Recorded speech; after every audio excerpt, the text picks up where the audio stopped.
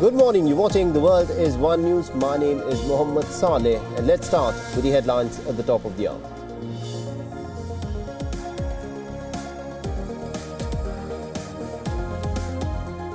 In a major retaliation to US sanctions on Russia, President Vladimir Putin orders the expulsion of 755 US diplomats from Russia. US calls the action regrettable and uncalled for.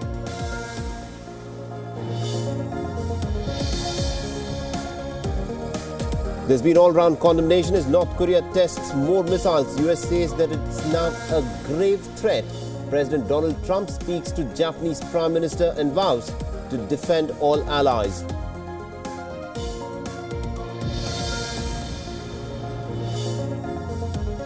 Less than 42% of the electorate votes in Venezuela election for a new constituent assembly. The opposition rejects the polls. US also condemns the vote that's been marred by violent incidents.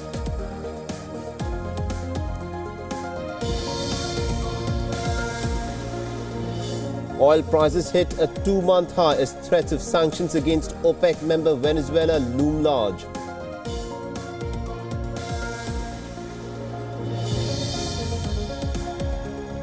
India's National Investigation Agency summons Hurriyat separatist leader SAS Gilani's second son.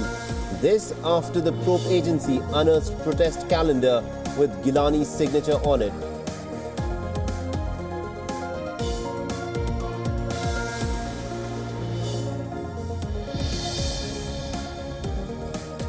And accused of ill-treating Cambodian children, actor Angelina Jolie says that the allegations are baseless, denies any cruel treatment towards the children during the casting process.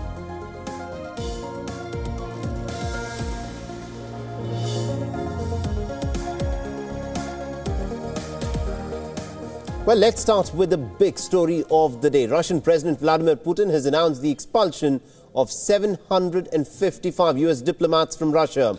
Now, the US has called the decision regrettable and uncalled for.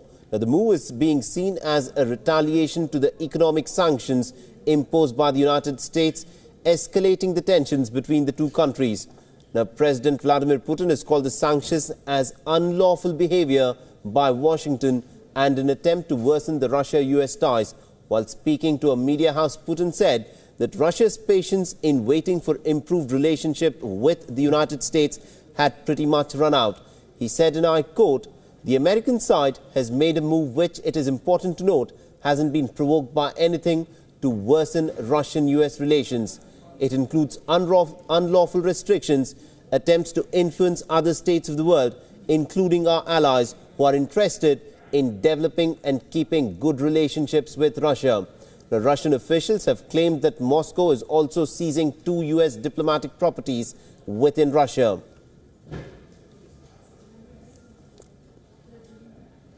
Now, meanwhile, President Donald Trump is yet to sign the legislation which was passed overwhelmingly by the Congress, imposing fresh economic sanctions against Russia for its alleged meddling in the 2016 presidential elections and other wrongdoings.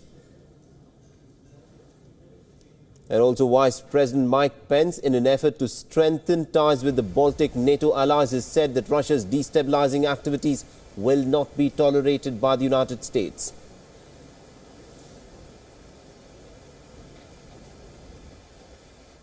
But my message here today is just very, very simple.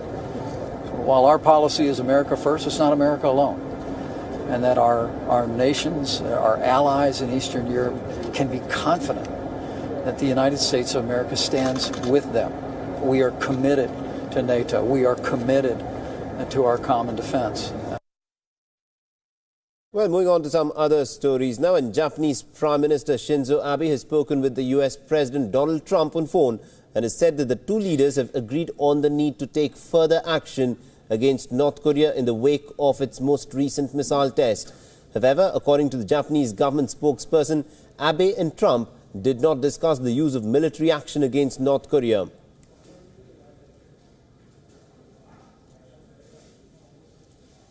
Meanwhile, the US military officials have claimed that the American forces have successfully test-fired a missile interception system 2 days after North Korea successfully carried out an intercontinental ballistic missile launch.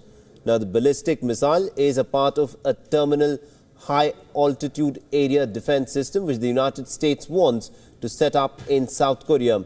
A medium-range missile was launched from an American Air Force C-17 aircraft flying over the Pacific. Now, the THAAD unit in Alaska then detected, tracked, and successfully intercepted the target.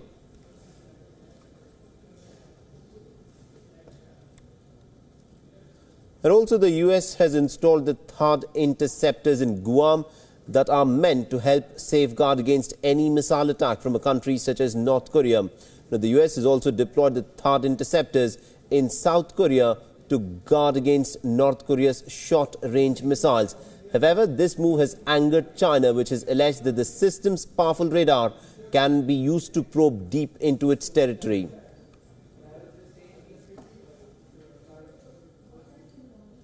Meanwhile, increasing pressure on the world community to act against North Korea, the United States wants Japan and South Korea to put more pressure on Pyongyang.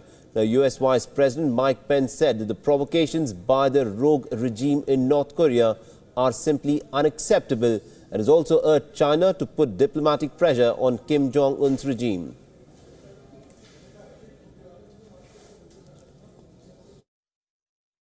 Taken unprecedented steps to begin to isolate North Korea economically and to bring diplomatic pressure. We believe China has a unique relationship with the regime in North Korea and has a unique ability to influence decisions by that regime, and we call on China to use that influence along with other nations in the region to.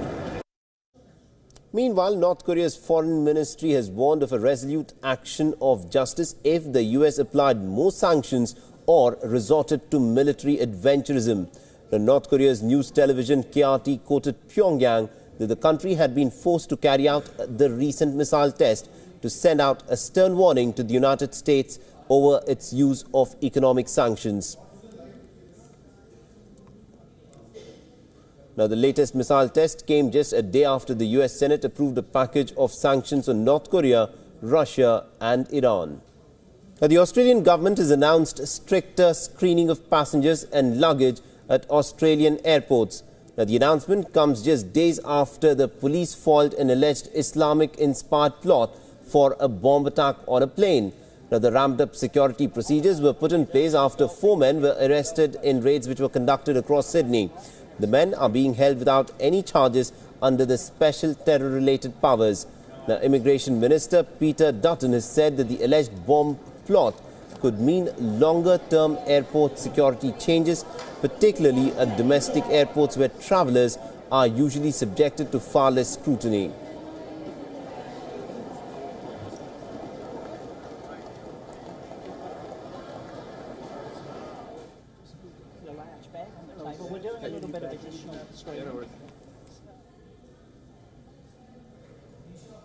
Well, the Gorkha Janmukti Morcha, the party spearheading the Gorkhaland agitation, will hold demonstrations in Siliguri today. The protesters will stage demonstrations as Chief Minister Mamata Banerjee is expected to visit the city. The Darjeeling continues to boil as sporadic clashes broke out between the police and protesters. Several people were injured during the clashes, and also an indefinite shutdown in Darjeeling has entered the 47th day with no signs of any move to end the deadlock. The Gorkhaland agitation has also spilled to other districts of the province. Now, Alipurdwar district has also witnessed some wide-scale violence on Sunday.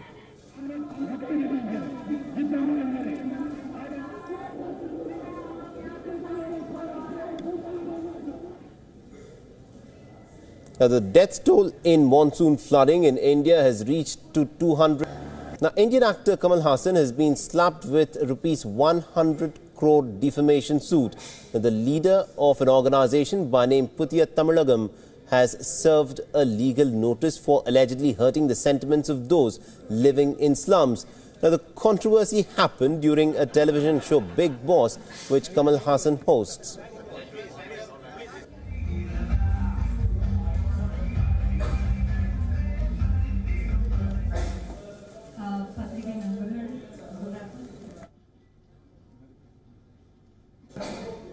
Well, around 100 people were left stranded in mid-air after a cable car service crossing the River Rhine in Germany suddenly broke down.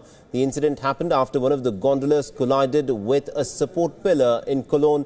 Some 32 of the cars were operating when the mishap suddenly occurred.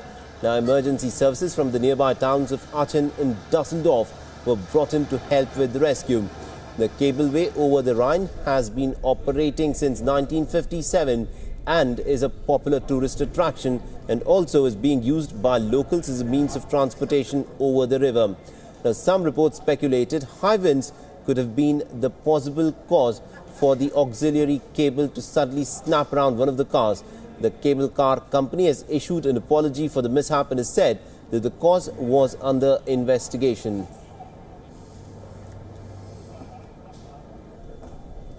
Ja, die Feuerwehr Köln wurde gegen 15:25 Uhr über Notruf darüber informiert, dass der Fahrbetrieb der Rheinseilbahn abrupt stoppte. Daraufhin wurden Einsatzkräfte entsendet. Diese stellten kurz nach Eintreffen bereits fest, dass auf dem linksrheinischen Pylon eine Gondel quasi aus den Seilen mit dem vorderen Fahrwerk entgleist war. A group of Brazilians took a national pastime to dizzying heights. Well, the group was eyeing to set a new world record for the largest number of people who are seated at a dinner table suspended high in the sky. Now, the attempt took place in Sao Paulo state off an abandoned bridge at a height of 91 feet. A large table was hung off the bridge about 65 feet above the ground, complete with its own grilling station to feed the 102 abseilers waiting to relish a Brazilian barbecue known as churrasco. Now, Alan Ferreira said that he had been organizing the world record attempt for almost 2 months. Now, Guinness Book of World Records have not yet issued an official statement confirming the Brazilian record attempt. Maravilhoso. E agora churrasco desse com 100 pessoas, sem palavras. Tchau. É o primeiro usando técnicas verticais e o maior do mundo. Então, em técnicas de rapel, nunca foi feito. Esse é o primeiro do mundo. E outra, vai ter quase ou 100 pessoas ali sentado. Então se tornará a maior mesa suspensa servindo churrasco nas alturas. An exciting place to sit to have your lunch. Well, that's all we have in this edition of the News Bulletin. But before we leave you with these visuals of how dogs dress up in different costumes to take part in a contest in El Salvador.